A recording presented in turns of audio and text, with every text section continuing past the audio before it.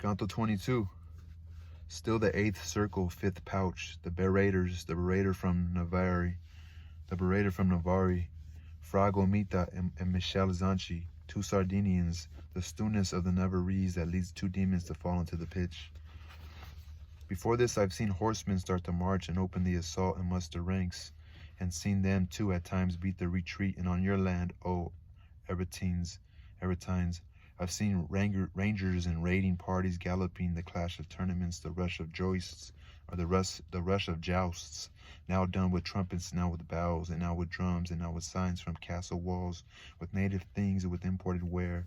But never yet have I seen horsemen or seen infantry or ship that sails by a signal of land, or star move to so strange a bulge. We made our way together with 10 demons, what ferocious company, yet in church with saints, with rotters in the tavern. But I was all intent upon the pitch to seek out every feature of the pouch and of the people who were burning in it, just as the dolphins do when with arched back they signal to the seamen to prepare for tempest, that their vessel may be spared. So here from time to time, to ease his torment, some sinner showed his back above the surface and hid more quickly than a lightning flash. And just as on the margin of a ditch frogs crouch, their snouts alone above the water, so as to hide their feet and their plump flesh, so here on every side these sinners crouch, but faster than a flash. When Barbariccia drew near, they plunged beneath the boiling pitch.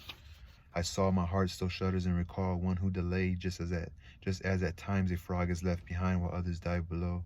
And Graffy Kane, who was closest to him, then hooked him by his pitch and tangled locks and hauled him up. He seemed to me an otter. By now I knew the names of all those demons. I paid attention when the fiends were chosen. I'd watch as they stepped forward one by one. O Rubicante, see you set your talons right into him, so he can flay his flesh. So did those cursed ones cry out together. And I, my master, if you can't find out what is the name of that unfortunate who's fallen victim to his enemies. My guide, who then drew near to that sinner's side, asked him to tell his birthplace. He replied, my homeland was the kingdom of Navarre, Navare. My mother, who had had me by a wastrel, Wastrel, destroyer of himself and his possessions, had placed me in the service of a lord. Then I was in the household of the worthy king Theobald. There I started taking graft. With this heat I pay reckoning for that. And Siriato, from whose mouth there bulged to the right, and left 2 tusks like a wild hog's, then let him feel how one of them could mangle. The mouse had fallen in with evil cats, but Barbariccia clasped him in his arms and said, stand off there while I fork him fast. And turning toward my master, then he said, ask on if you will learn some more from him before one of the others does him in. At which my guide, now tell, among the sinners who hide beneath the pitch, are any others Italian? And I have just left. I have just left one who was nearby there, and would I were still covered by the pitch as he is hidden, for then I have no fear of hook or talon.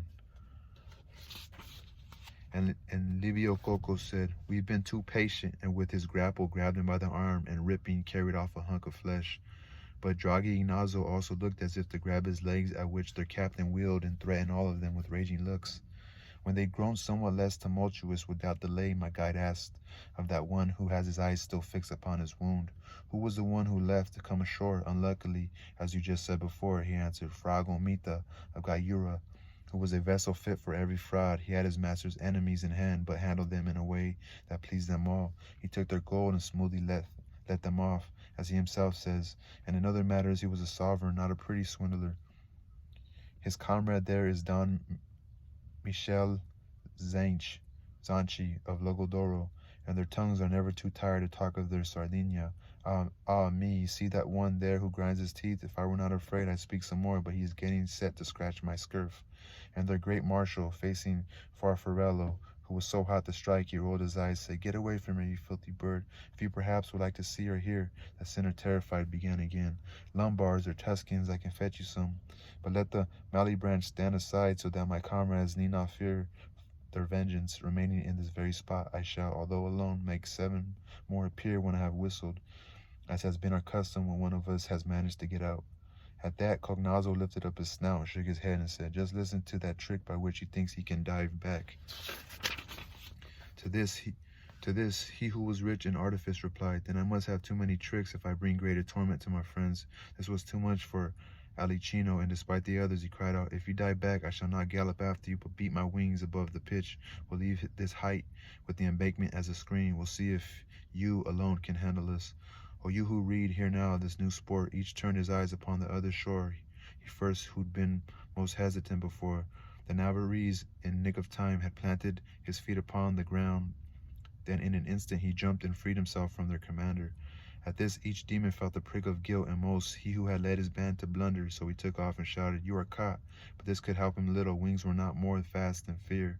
The sinner plunged right under the other, flying up, lifted his chest. Not otherwise the wild duck when it plunges precipitously, when the falcon nears, and then exhausted, thwarted, flies back up. But Calcabrina, raging at the trick, flew after Alicino. He was keen to see the sinner free and have a brawl.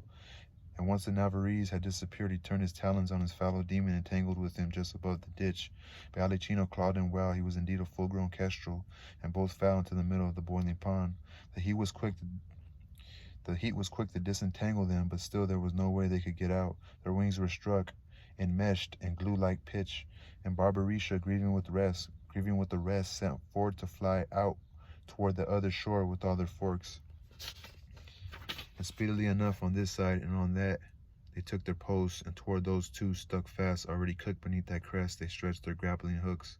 We left them still contending with that mass. And that was the end of Canto 22.